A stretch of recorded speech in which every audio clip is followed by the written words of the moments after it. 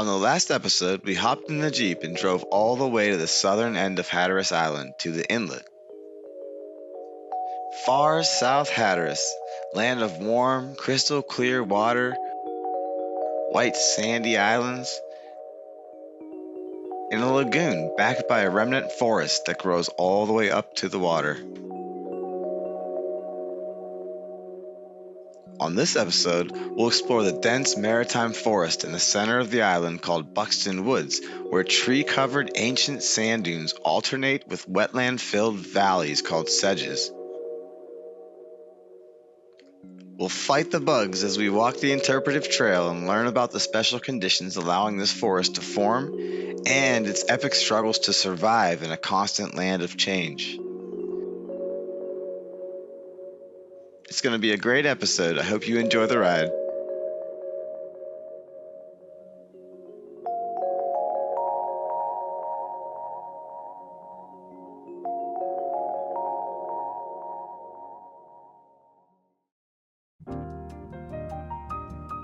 Good morning. It's a beautiful day here at Cape Point Campground. All of the animals in the Disney show are out and about, grazing on the grass. Dang, look at that huge bird. Alright, enough critter watching. Before we start today's adventure, we gotta do some laundry. It's pretty hot and humid most of the time, and the constant breeze carries tiny particles of salt water, which collect on everything. If you're like me, you'll probably change your clothes more than usual to stay comfortable. And eventually you'll start to run out of clothing. But hey, it's okay. There's a super easy way to wash them and hang them to dry. Mom's doing laundry now. Let's go see how she does it. So today is wash day over here at the campsite. What we do is we get 2 5-gallon buckets and we fill them both about halfway, and then we use this concentrated camp suds. It's biodegradable and there's no phosphates. It's good for the environment. So we use some of that, and it's concentrated, so you only need a little bit of this. And then we cut a toilet plunger with 5 holes so that when you plunge, the water comes right back up. You can they also advise you to use something like this. You cut a hole in it and you put this in here so you don't get splashed, but it's a hot day and that water feels good. But this is what you do. They say for about 5 minutes, but we're gonna do it for 5 minutes and then we're gonna let it soak. And when I come back, I'm gonna wring it out and put it in the rinse water. And then after that, I'm gonna wring them out and hang them up. Happy camping. Thanks, Mom. What a great way to wash clothes. I know I'll be using this from now on. We hung the clothes to dry and put on our exploration outfits. Let's get over to Buxton Woods. And there it is, America's easternmost maritime forest, Buxton Woods. Just look at the size of it. This vast green expanse fills nearly the entire heart of the island. Beneath that dense canopy lies roughly 3,000 acres of pristine maritime evergreen forest, shrub swamps, and interdunal wetlands, ecosystems perched on and between ancient sand dunes that once stood along the shoreline. Today we're taking a 1-mile walk on the Buxton Woods Interpretive Trail. Along the way, we'll uncover not only how this forest survives the relentless pressures of life besides the ocean, but also how the Outer Banks themselves are constantly shifting, rolling ever so steadily towards the mainland. So buckle up. There's a lot to explore, and even more to learn.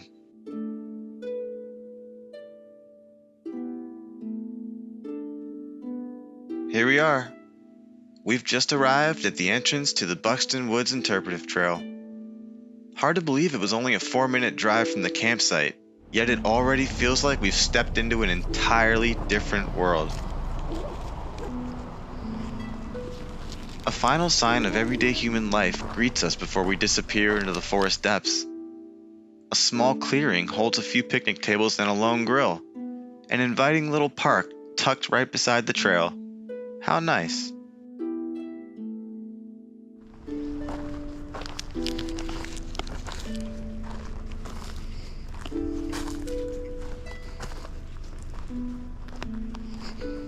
Here's one of the trail's interpretive signs. Let's take a closer look. Always a good chance to learn something new. Relative isolation. As we walk along the trail, it's worth pausing to remember exactly where we are. This forest sits nearly 30 miles from the mainland. It's surrounded entirely by water. Both the Pamlico Sound and the Atlantic Ocean shape the climate here in remarkable ways. Because water heats and cools far more slowly than land, it softens the extremes. Freezing temperatures occur on average only 13 times a year. That's roughly 5 times less than in Tallahassee, Florida. And days that climb into the 90s might happen only once a year. This gentle, moderated climate reveals itself in unexpected ways, like the colony of dwarf palmettos waiting for us just up the trail.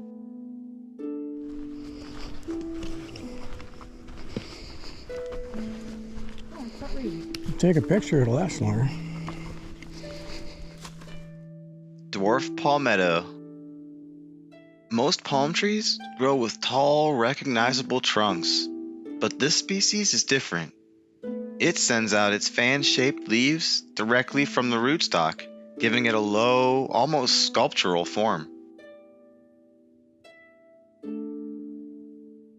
Palm trees are typically creatures of the tropics. Several varieties thrive in Florida, but here on the Outer Banks, American palms are pushing right up against their northernmost limit. The only reason they can survive this far north is the same coastal influence we mentioned earlier, the remarkably moderated climate created by the surrounding waters.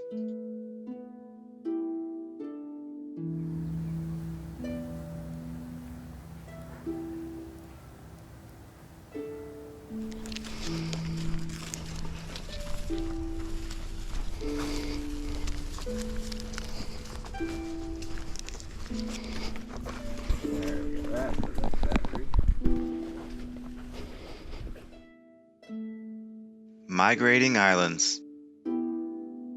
Around 20,000 years ago, as the last ice age drew to a close, the planet began to warm. Enormous sheets of ice, miles thick in some places, started to melt. The meltwater poured into the world's oceans, causing global sea levels to rise by nearly 300 feet. Along what is now the coast of North Carolina, those rising waters drowned vast stretches of swampy lowlands and river valleys that once lay behind these ancient beach ridges. In a geological blink of an eye, the entire coastal floodplain transformed into a giant, shallow lagoon, a broad inland sea stretching for miles. Since that time, the Outer Banks has existed in a kind of delicate tug-of-war between the land and water. With every rising tide and every powerful storm surge, waves crash over the barrier islands carrying sand from the ocean side and washing it into the lagoon behind it. These washover events are dramatic forces of nature, capable of shifting dunes, carving new inlets, or burying old ones overnight. But this isn't random destruction. It's part of the natural life cycle of a barrier island. As sand moves inland, the Outer Banks slowly migrate towards the mainland, inch by inch, storm by storm. Over thousands of years, this process has gradually narrowed the once vast lagoon, reshaping the coastline and continually rewriting the map of the Outer Banks. What we see today is just one moment in that long, restless journey.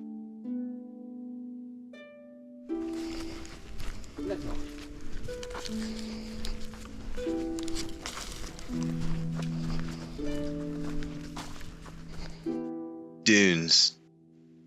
Believe it or not, the hills around us aren't solid earth at all. They're old sand dunes that once stood right beside the shoreline. As the island slowly widened over time, new dunes formed along the beach. These large, newer dunes acted like a protective wall, shielding the older ones farther inland like these.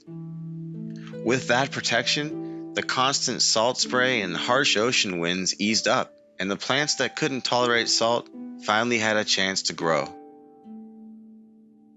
Little by little, the barren dunes changed. Grasses spread first, then shrubs, and eventually the hardy pioneers of a young woodland took over. In time, a full maritime forest grew right here, right on top of what was once nothing more than shifting sand. We're approaching the top of one of these old forested sand dunes right now.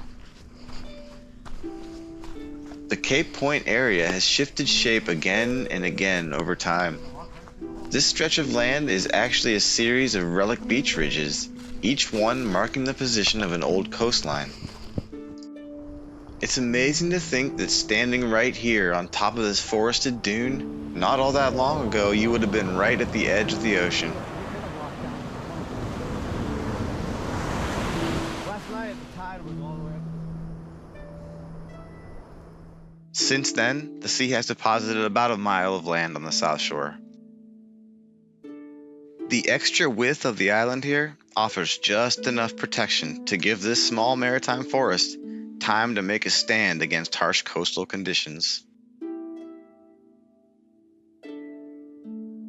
After sand is deposited, plants colonize the new land and hold it from blowing or washing away. Such plants as these sea oats and American beach grass, they're well adapted to the island's natural communities. Their extensive root systems anchor the plants, which become the backbones of the sand dunes, and keep them from moving. Even if covered, beach grass can come up through more than 1/2 meter of sand.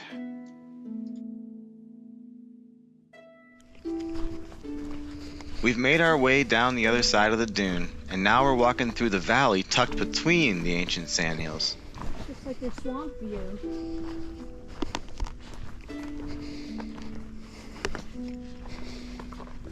This must be one of those spots where the valley's deep enough to intersect with the water table. Yeah, there it is. Sedges. Sedges, a temporary feature. Between the old beach ridges lie a series of small valleys, and where those valleys dip deep enough to reach below the water table, freshwater ponds and marshes known as sedges begin to form. One of the largest here is Jeanette's sedge. Because of this reliable source of fresh water, animals that normally live more than 30 miles away on the mainland, creatures like otters, mink, and even nutria, are able to make a home right here in Buxton Woods. Like all ponds and bogs, sedges slowly fill in over time. Their lifespan depends largely on their size. A young pond starts with very little vegetation, but gradually cattails march in from the edges, trapping sediment around their bases and building new ground. Other plants follow as the pond becomes shallower. Jeanette's sedge isn't just filling in with age, it's also shrinking because of a lowering water table, which has encouraged a thick, almost impenetrable stand of cattails. Believe it or not, largemouth bass once swam in these waters not too long ago.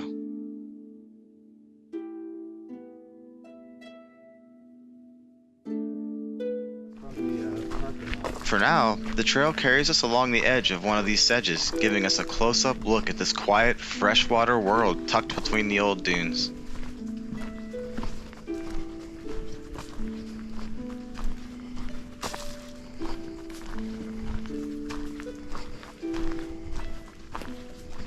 This boardwalk was built to carry us over ground that gets too soft and muddy to walk on. And it really is a beautiful spot. Sunny, quiet. It's the kind of place where you could sit down for a while and read a book. Except for the mosquitoes. They are everywhere, and staying in one spot too long basically turns you into an all-you-can-eat buffet. The fact that we didn't put on any bug spray is becoming painfully obvious. Yeah, they thrive in here. I'm buzzing, but they can't catch my face.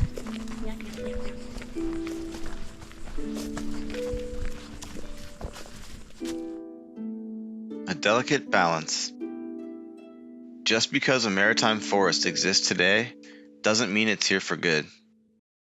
Back in the early 1800s, much of the Outer Banks was covered in forest, but islanders cleared huge areas without realizing what it would mean for the land in the long run.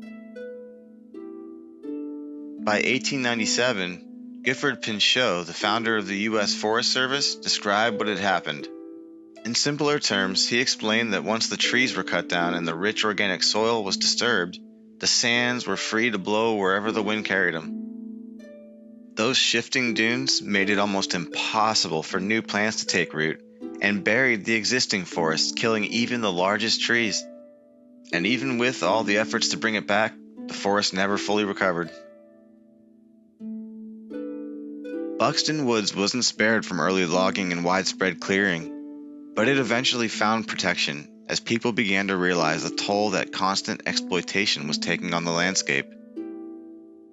What remains today is both a refuge and a reminder, a living archive of resilience.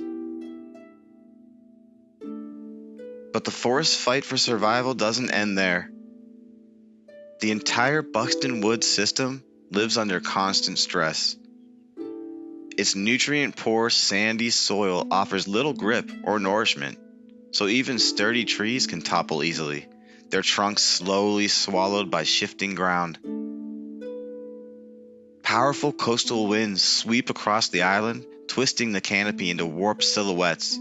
Branches snap, crowns shear off, leaves are burnt and battered by salt-heavy gusts, leaving many trees looking permanently pruned and weather-worn. Here, life is never guaranteed. Every plant and every creature deals with the constant pressures of wind, sand, and salt. Even so, the forest continues to persist, shaped by the challenges of its environment and the unique conditions of the island. Let's go back down there and check on the crew. Stressed. Yeah, I'm stressed too. Here's another stagnant Are you as swamp. stressed as this forest is? There's swamps everywhere. Mosquito heaven. There it is, yep. Dad's the only one who dressed like he could. At this point, for us, the mosquitoes have officially won, Not only is the so it's forest time to head up on out of here. but the people walking. We've only scratched the surface out here. There's a lot more along this 1 mile trail than we had time to cover, and plenty of details you only notice when you slow down and experience it for yourself. So if you ever find yourself in Hatteras, take the trail and check it out. Just don't forget the bug spray. That's all for this episode. On the next one, we're going to head north along the Outer Banks for a nostalgic stop in Kill Devil Hills, where we're going to explore Jockey's Ridge, the tallest natural sand dunes on the East Coast. Thanks for joining us, and we'll see you next time.